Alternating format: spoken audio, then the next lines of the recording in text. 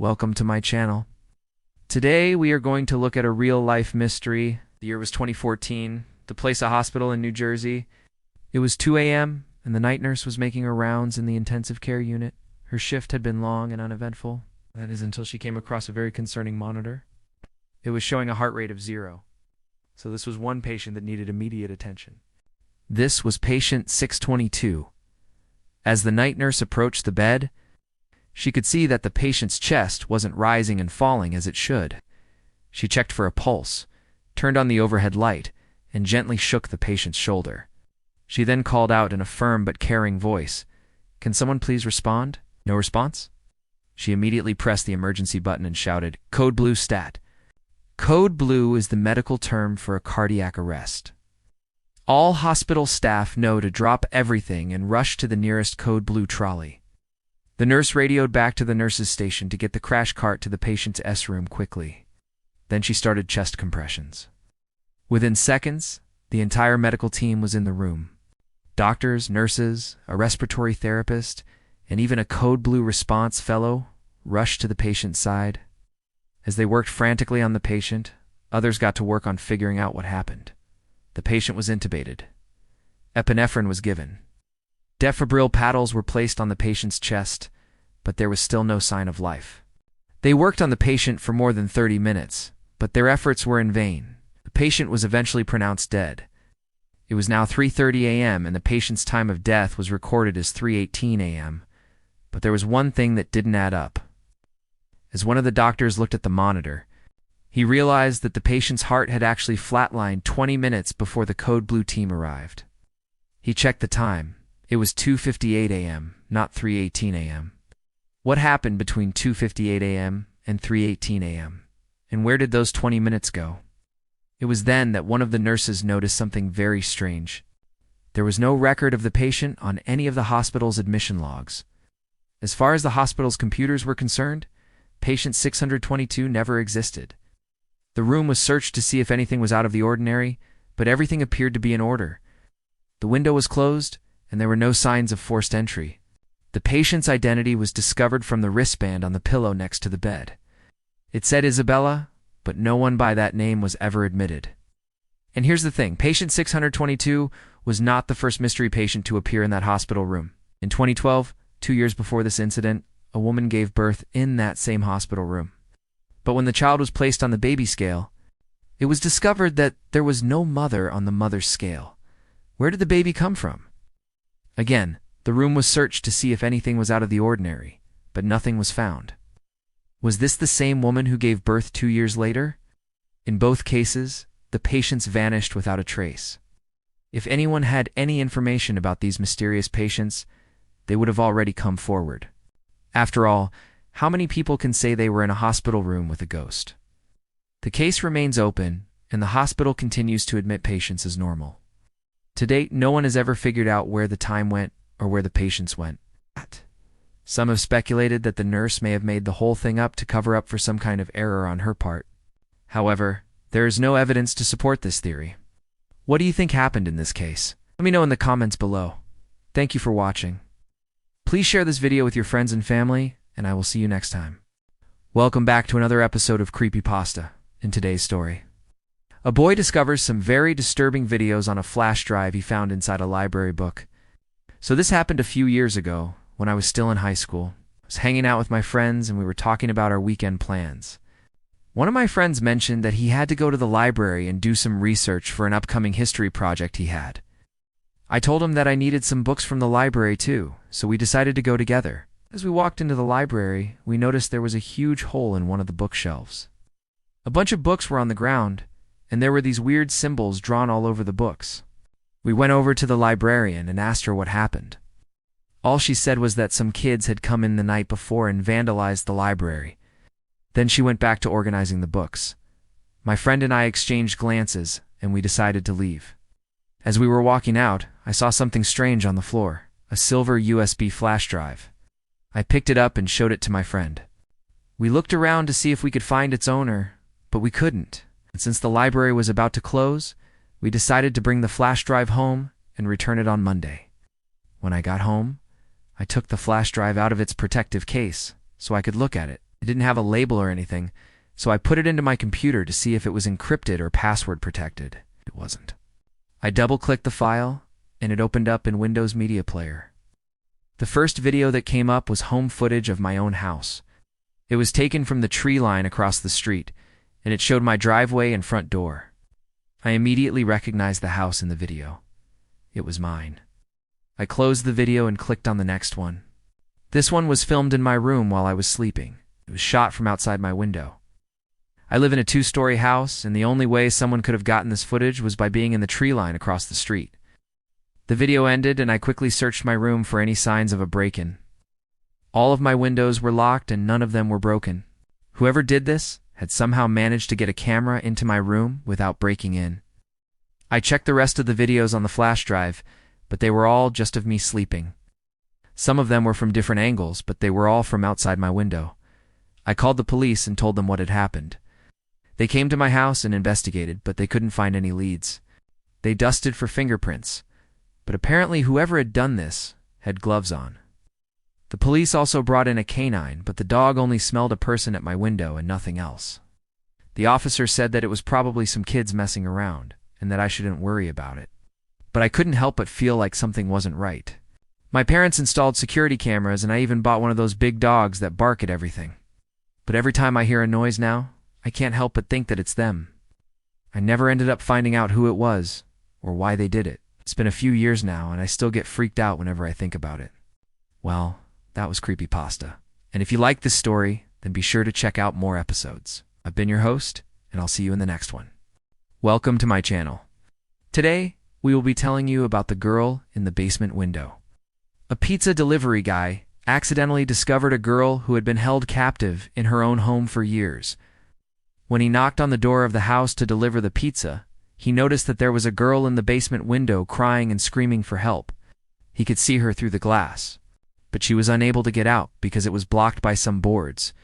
Concerned for her safety, the delivery guy decided to investigate further. He rang the doorbell, but no one answered, so he tried again. The man eventually opened the door. Startled by the sudden appearance of a stranger, the man quickly asked him if everything was okay. "Yeah, I just wanted to know who you are," the delivery guy replied suspiciously. The man seemed hesitant at first, but eventually explained that he lived alone in the house and that he had no one else to answer the door. He even offered to pay the delivery guy an extra tip if he would be quiet about the incident, but the delivery guy was still worried about the girl in the basement. He told the man that he had seen someone in the window and asked if everything was all right. The man's face suddenly became cold, and he snapped at the delivery guy, telling him to mind his own business and not ask any more questions. Fearing that there may be trouble if he stayed any longer, the delivery guy quickly left. On his way back to the pizza shop, he couldn't shake off the feeling that something was wrong. The image of the girl in the basement window kept replaying in his head. He tried to convince himself that it was none of his business, but he couldn't help but feel that she needed his help. The delivery guy decided to take matters into his own hands and find out what was going on. He drove back to the house and parked a few blocks away. Then he walked back to the house and took a closer look at the basement window. He couldn't see inside, but he could make out the faint sound of crying. He tried to listen more closely, hoping to hear more, but it was no use. The only sound he could hear was the wind blowing through the trees. Just when he was about to give up, he noticed something strange. The boards covering the window were slightly ajar. He pushed them open a bit more and looked inside. What he saw made his blood run cold. In the dimly lit basement, he could see a girl sitting in the corner.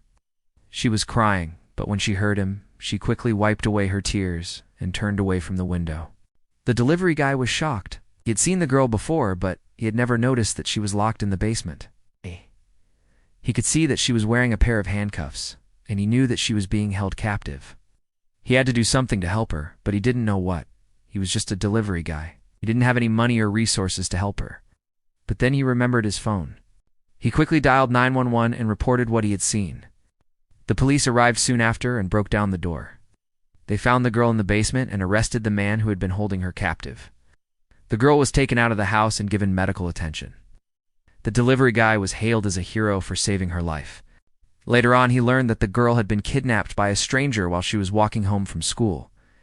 The man who had answered the door was her father, and he had built the window cover to hide her from the outside world.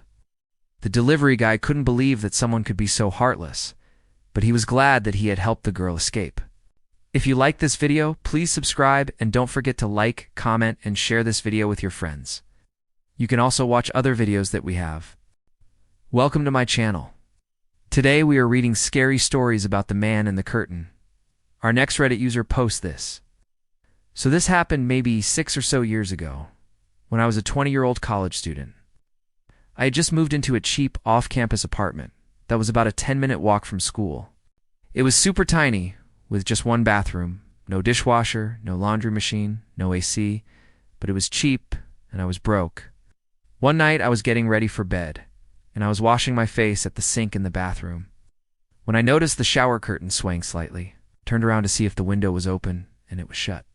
I walked over to it and pulled it back, and there was nothing outside on the other side. It was just the wall and the window. I thought it was weird, but I shrugged it off and went to bed. In the morning after I got up, I went into the bathroom, and I noticed there were muddy footprints in the bottom of the tub. At first I thought maybe somebody had climbed in through the window, and then I realized the window was shut. Then I noticed the footprints didn't appear to be going into the tub, they were going out of it. Now at this point, I'm freaked out and I pull back the shower curtain, and there are muddy footprints on the floor outside of the tub. I immediately call my mom, and she tells me to go stay with her instead of going to school, so I do.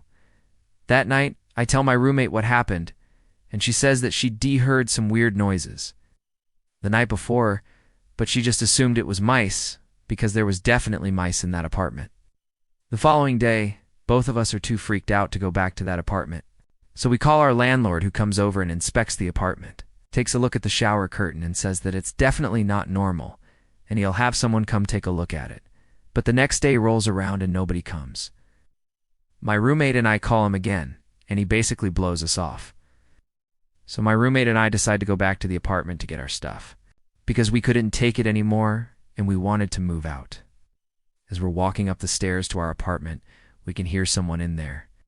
My roommate and I stop and look at each other and we're like, what do we do? We decided to knock on the door and this guy opens it. He's like, hey, you're back. I said, yeah, we're here to get our stuff. And he says, oh, okay. And he steps aside to let us in. We go in and we re-looking around for where we can put our stuff while we get our things. And he says, so you're moving out? I said, yeah, we've been trying to get out for a week now. And he says, oh, okay. And he starts staring at the shower curtain. I looked at him and I'm like, what? And he says, nothing. It's just, would you mind if I took that shower curtain? I was like, yeah, sure, why not? So he grabs the shower curtain and walks out with it. I never saw him again. A few months later, I'm home for the holidays, and my mom shows me this weird, like plastic, almost tarp-like material that she found in her basement. And it looks exactly like the shower curtain that was in that apartment. She said she found it when she was cleaning out the basement, and she had no idea what it was. And I was like, oh my God, that's the shower curtain. And she was like, what? You know, that's your friend's basement. It's where all the old stuff goes. And I was like, no, that's the shower curtain from that apartment. And she was like, oh, okay. So I guess that explains why. And I was like, what? What do you mean? And she was like, well, that makes sense now why you were so freaked out about that. Yeah, I never told you this before. I'm sorry, I was going to tell you over Christmas break.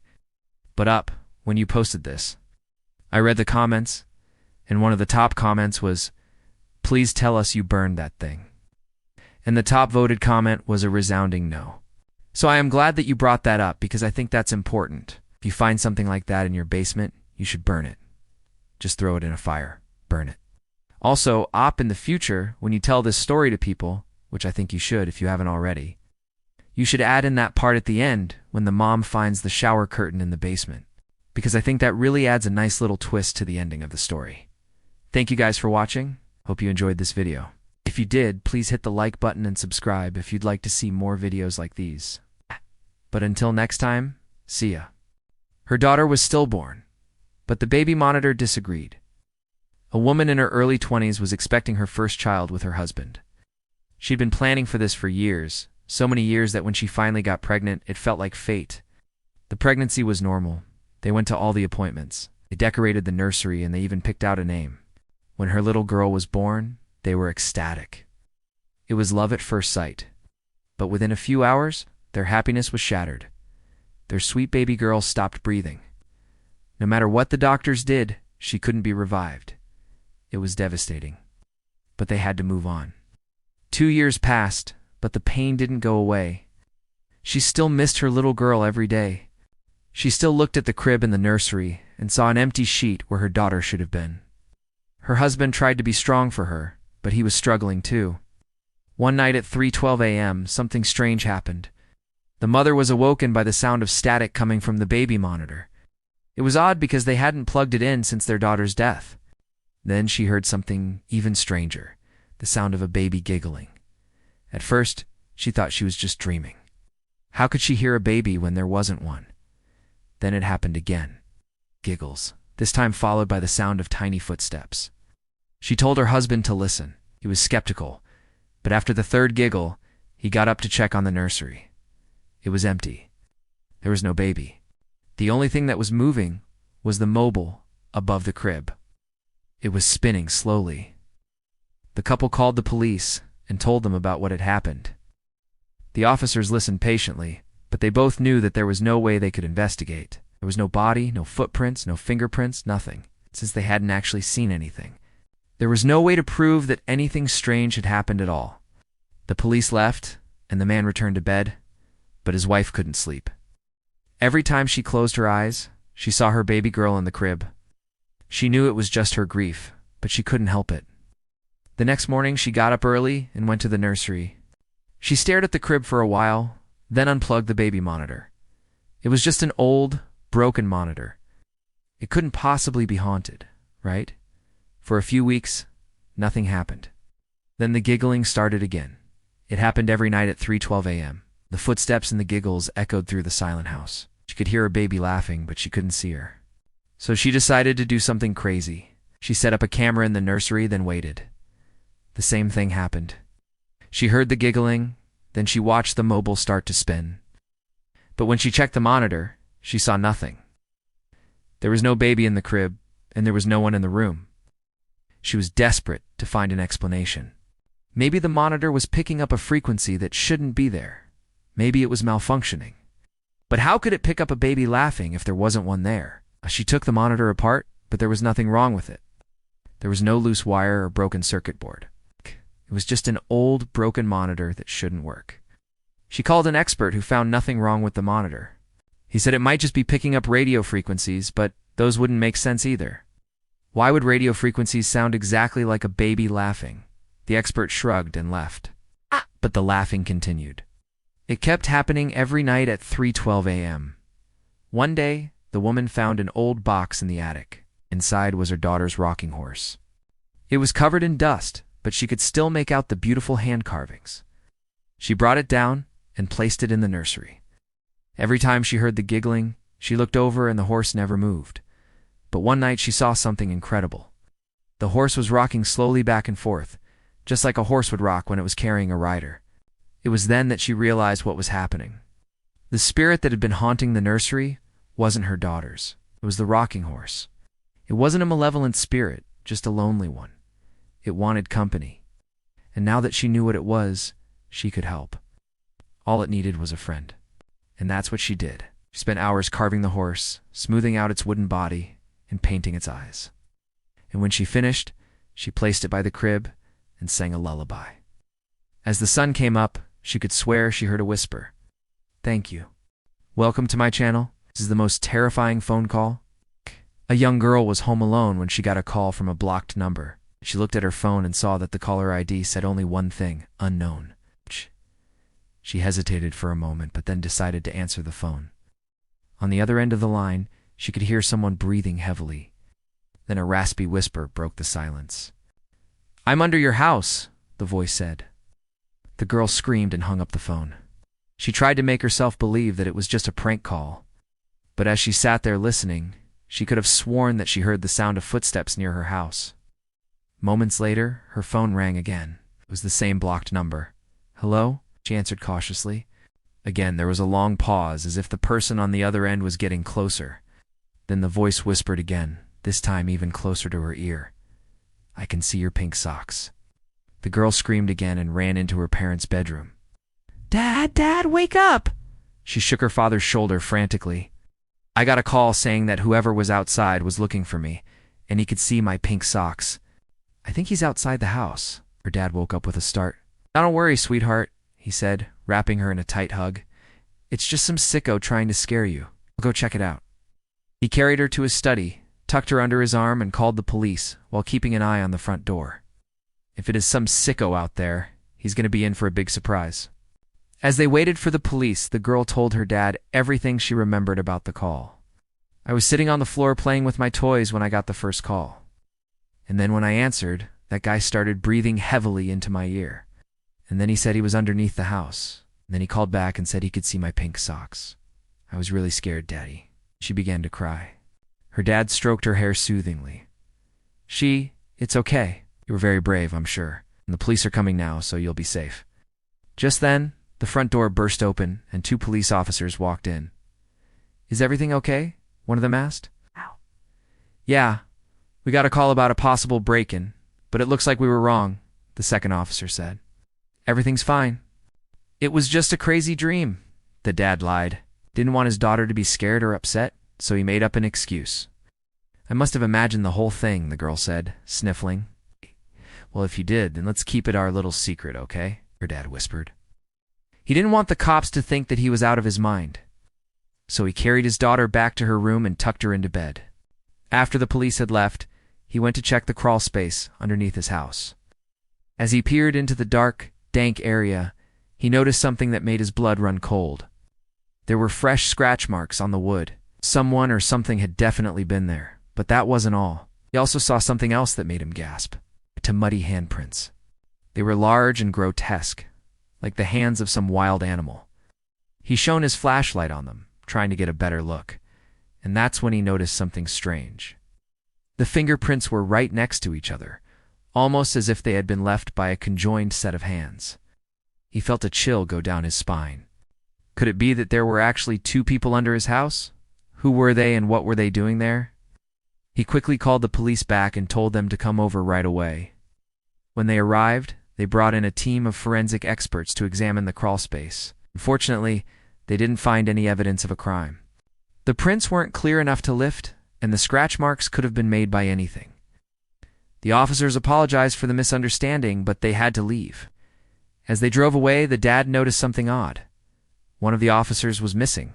He looked around to see where he had gone, but he was nowhere to be seen. Suddenly, he felt a sense of dread wash over him.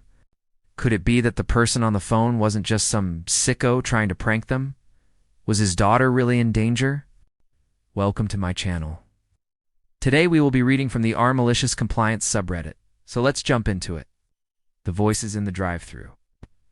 I work at a fast food place that has a drive-thru, and I take the night shift every weekend. Our drive-thru speakers are ancient, and our headsets have about 2 miles of cord, so you have to wear them while standing outside by the window. That means that the only way to get a drink or food without paying is to sneak inside and steal it. But most people do, and know that, and they just keep ordering through the drive-thru at 3 a.m. Like they not sitting in their car with the engine running in front of the building. About a month ago, I heard an order come through the headset. I said, "Welcome to our restaurant. What can I get for you?" There was a pause. "Hi, I'd like some fries and a Dr. Pepper." I told the girl to pull up to the window, and when she did, there was nobody there. I looked around in the car. It was empty. I swear this was the weirdest thing I'd ever seen. I turned around to look at the speaker, but it wasn't disconnected. The order went straight through. For the next couple of weeks, this happened almost every night. The orders were always simple, something small like a fry or a burger or just a drink, and they were always placed in between 3 and 4 a.m. I told my manager about it, and he just shrugged and said maybe it's a prank. Then one night I got home after my shift and saw the security footage from the previous night. I looked at the timestamps, and sure enough, there were several orders placed during the dead of night. The voice on the recording was distorted because it was coming from the speaker, and the audio picked it up. But what really piqued my interest was the person who placed the order. In the footage, you could see me standing at the window taking the order. And just before I turned around to put it in, you could see someone standing behind me. They weren't in any of the other clips. I worked the next 2 weekends, and each night I heard voices ordering food. I didn't turn around once. My manager never asked me why I didn't turn around. To be fair, though, the place had been robbed 3 times in the past month, so maybe he thought I was trying to be slick. Then one night, as I was reaching for the headset after taking an order, my phone lit up.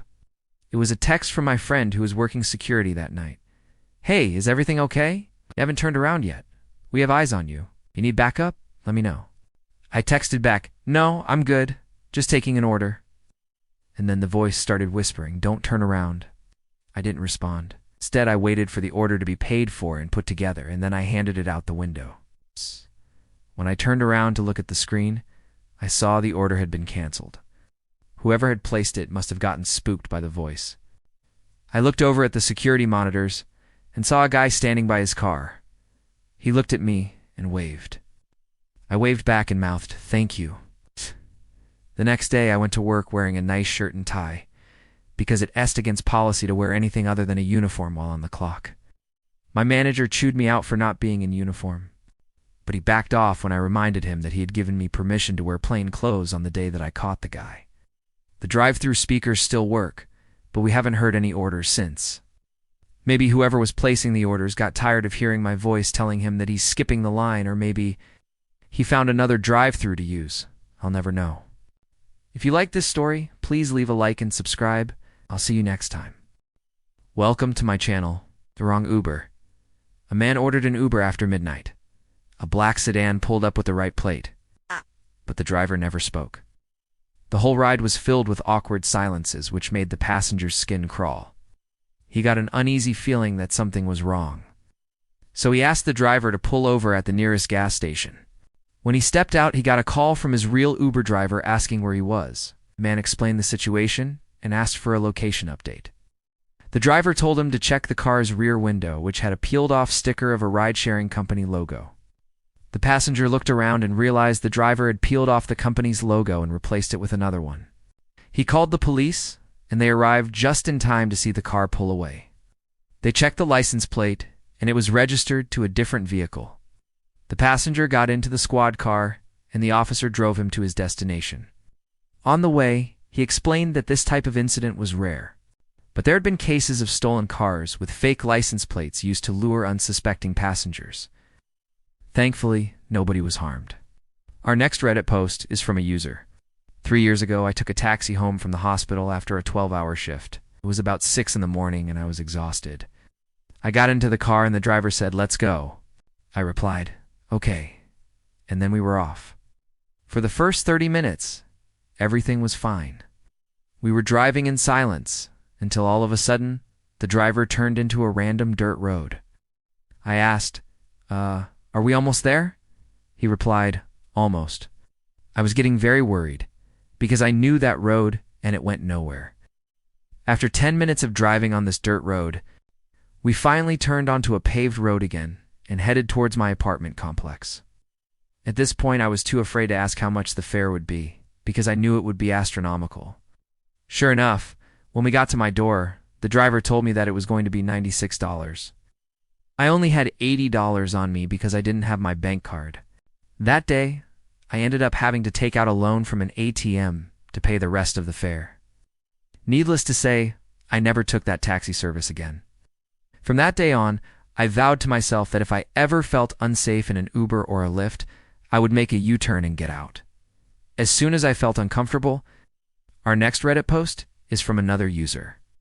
I was taking an Uber from the airport to my parents' house. It was late at night, and the driver seemed nice enough. About 10 minutes into the trip, I noticed that he wasn't actually following the GPS. Instead, he was driving well out of the way through some really sketchy neighborhoods. I asked him if he was lost or something, and he said that he was taking a longer route because he had somewhere to be in 10 minutes. At this point, I was already getting a bit nervous, but I figured it was probably fine. Then he stopped at a gas station and told me to get out. I asked what the hell he was doing, and he said that he needed to get gas and that I could wait in the car while he went inside. I told him that I didn't want to wait in a car in the middle of nowhere with a stranger and that I wanted to go back to the airport. He started yelling at me, telling me that I had to let him finish his gas or he would cancel the trip and charge me the full fare. I ended up staying in the car while he went inside, and I was so nervous that I couldn't even bring myself to take a breath. The entire time I was waiting for him, I kept thinking about how easy it would be for him to jump in the car and drive off without me, or worse, hurt me somehow. Finally, he came back out and finished the trip without any further issues. Looking back, I'm so glad that I listened to my gut and didn't get out of the car while he was gone. Who knows what he would have done if I had. That was our wrong Uber. And if you like this content, check out my podcast where I publish the exact same episodes. Also, hit that subscribe button because I put out new videos every single day. Hey everyone, welcome to my channel. Today I'm going to share with you a creepypasta I like to call The Locked Room. It was originally posted by a user on Reddit. I'll put a link to the original post in the comments if you want to check it out. It starts, I was a college student and one of my professors asked me to house sit his home while he was out of town for a week. He offered extra credit to anyone in his class who would do it. So I jumped at the opportunity to make some easy money. When I arrived at his house, he showed me around. It was a large Victorian-style home that he had clearly put a lot of work into. He showed me where everything was and gave me keys to pretty much everything except for one room. He said, "Whatever you do, do not go upstairs in that guest room. You're not allowed up there." I thought it was weird, but I didn't think much of it. He gave me the keys to the house and left. The next day, I got a text from him asking how things were going and if I had any questions. I told him I was fine, and then he replied, "Please tell me you haven't been upstairs." I told him I hadn't and asked why it was such a big deal. He didn't reply for a few hours, and when he did, he just said, "Don't go upstairs, please." And then he stopped texting me altogether.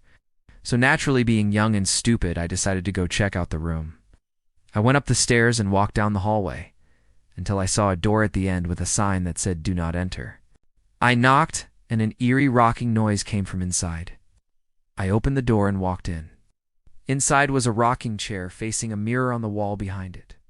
It was old and made of wood, and the seat was made of some sort of animal skin. I don't remember what kind, but it looked like a dog or something. It was really dusty, and it seemed to be the only thing in the room.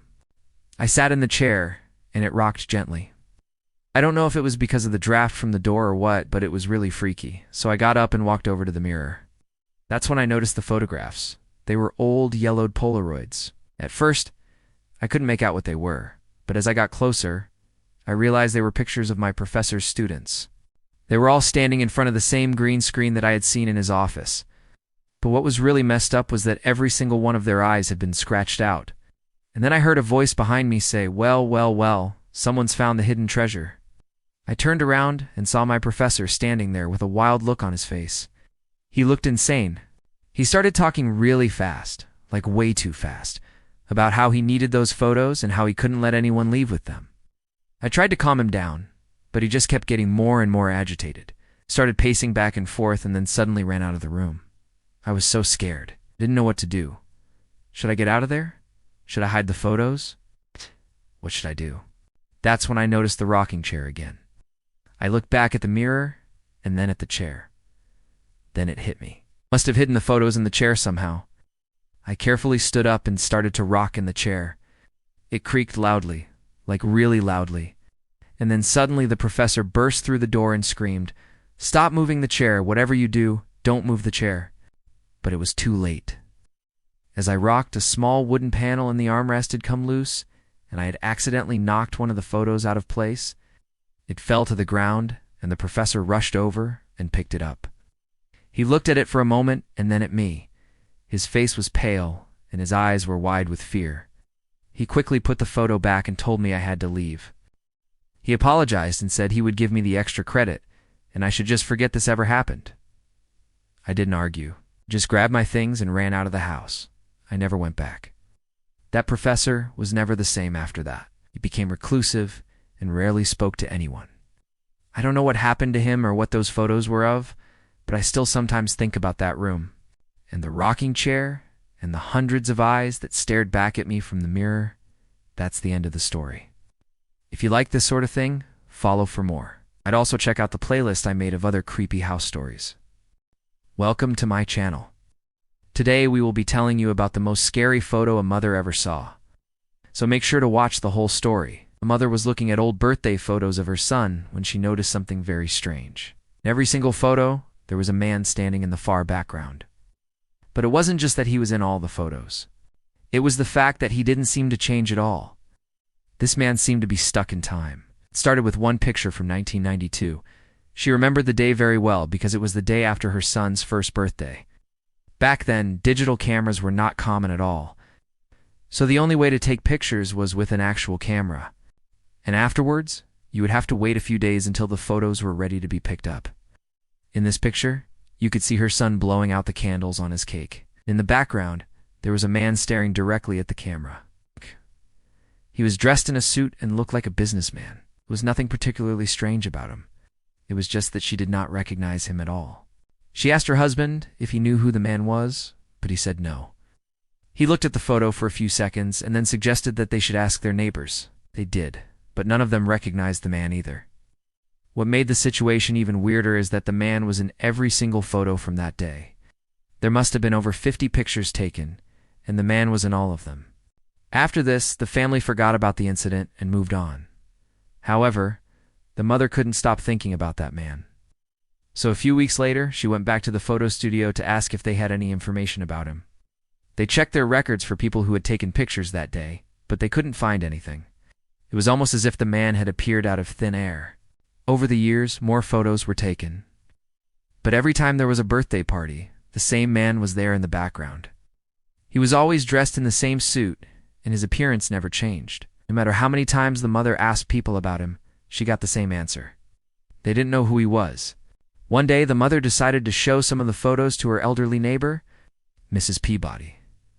However, she did not expect what happened next. When she showed Mrs. Peabody the photos, the old woman's eyes widened in horror. She quickly covered her mouth with her hands, as if she had just seen a ghost. How is he still alive?" the old woman whispered. "I thought he died in 1984. Then she fainted right there on the floor. The mother was shocked. She had no idea what was going on. When Mrs. Peabody regained consciousness, she told the mother the truth. The man in the photo was the woman's stalker from the 80s. Back then, he used to visit Mrs. Peabody often, but then he disappeared. Nobody knew where he went, or even if he was alive. Apparently he had moved to another country. But now it seems he had come back. However, there was one big problem. The stalker was supposed to be dead. According to the news, he had suffered a heart attack in 1984. So how could he be alive 60 years later? To this day, the stalker's identity remains a mystery. The old woman was never able to recognize him, so his face was never revealed. Some believe that he may have had plastic surgery to alter his appearance. Others believe that he simply looks the same because he is a vampire. Now comment down below. What do you think is the scariest thing you have ever seen in a photo? We are very eager to read your stories. And if you liked the video, make sure to like and share it with your friends and family. Also, don't forget to subscribe so you won't miss any future videos. Welcome to my channel. This is the scariest video ever recorded by a security camera. Every night for weeks, a woman's dog would begin growling and barking at her bedroom closet.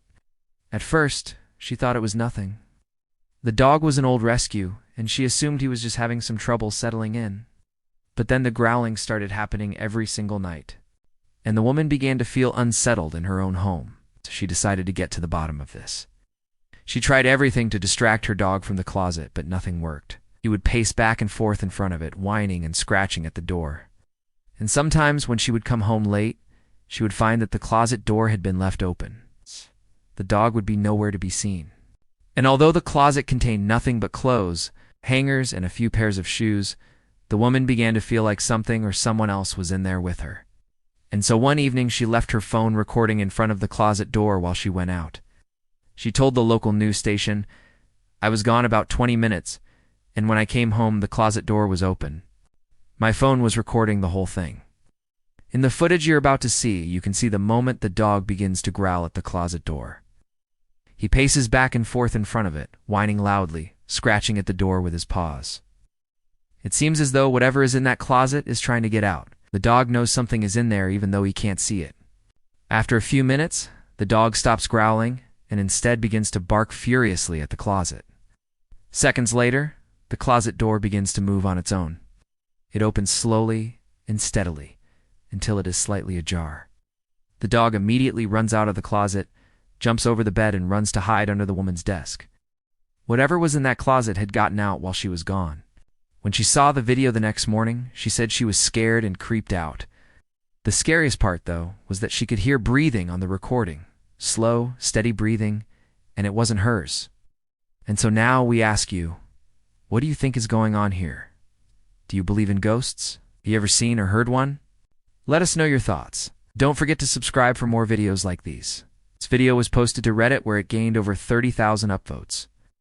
One user said, "OP, please put a lock on that closet door."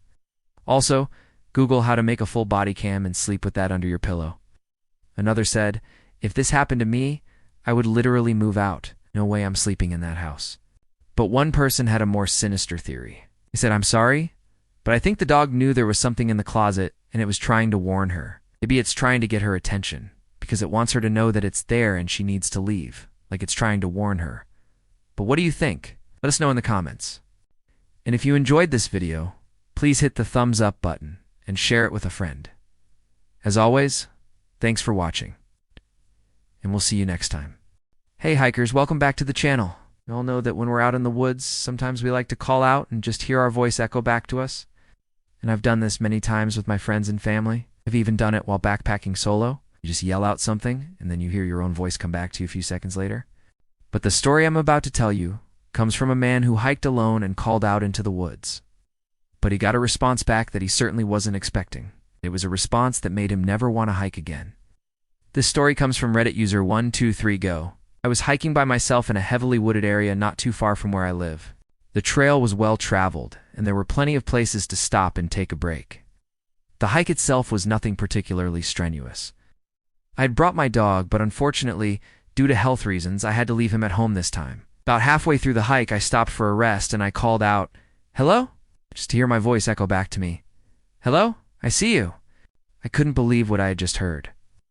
I stood up and turned around, but there was no one there. I assumed that whoever was on the other side of the trees had simply said hello back to me.